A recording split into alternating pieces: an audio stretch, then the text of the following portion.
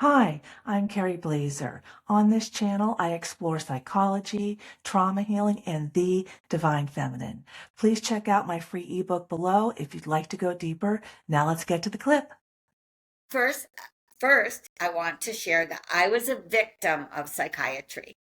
A victim. Oh yeah, it's At one time, I was on a cocktail of 10 medications. I weighed 60 pounds more than I weigh now, although I never looked overweight because lucky for me, it went evenly all over my body.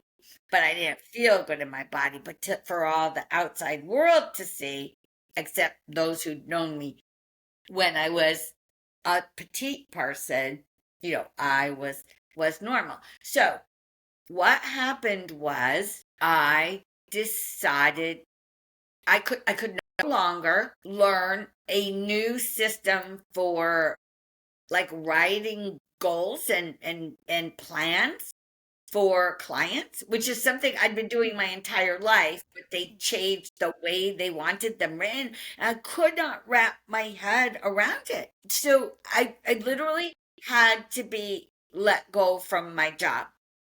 It was done in a very hurtful way. They paid me for 2 months. I'm welcome back there if ever I could get my head wrapped around what we were doing differently. And it all just seemed to be to do with the computer hmm. more so than whatever. So I then continued to be a victim of psychiatry. And then Because I'm uh going to stop. Can we stop right there? The victim of, because your soul plans your life. okay. If you don't like your life, file agreements with your soul. So when we say victim of, like, we had no control over, because you kept going back. And I'm not saying that psychiatry doesn't have its challenges, like it definitely does. But how can you take responsibility for how you attracted those challenges into your life, and then how you change yourself?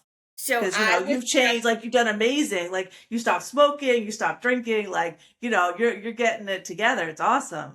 You're right. So I am responsible because you know what? I was just looking for an escape. I was looking for numbness. I was looking for someone else to come and rescue me. So, that was an easy way out. Okay, so I was dismissed from my job. So then I took a medication that caused me to hallucinate. Oh wow. All right.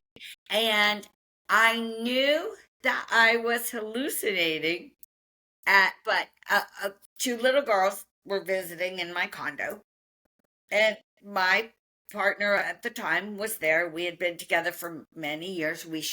He was inappropriate. We should have never been together. But I went into the relationship when I was down, out, broke, everything else. So I ended up being sent to a psychiatric ward because I Oh wow. knew I was hallucinating, but I was hallucinating. So Huh? I insisted that it was real, even at the same time that I knew that Yeah. it wasn't happening. So I kind of Yeah. split. So I was forced to go to a hospital. And I'd been many times before, but I always checked myself in to escape my life.